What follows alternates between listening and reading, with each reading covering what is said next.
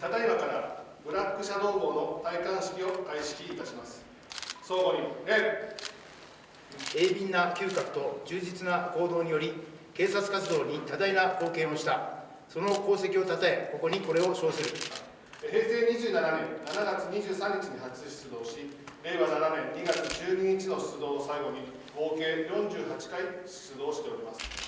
担当した当初はまだ6歳過ぎでバリバリの現役でさまざまな現場に行きました。甘えん坊で可愛らしい顔つきですが、いざ目的物を探させるとやめをかけるまでいつまでも探し続けられるほどの集中力と鼻の良さで多くの賞をいただき、本当に頼れる最高の相棒です。これからは大好きなボール遊びをしながら美味しいものをたくさん食べてゆっくりのんびりと過ごしてください。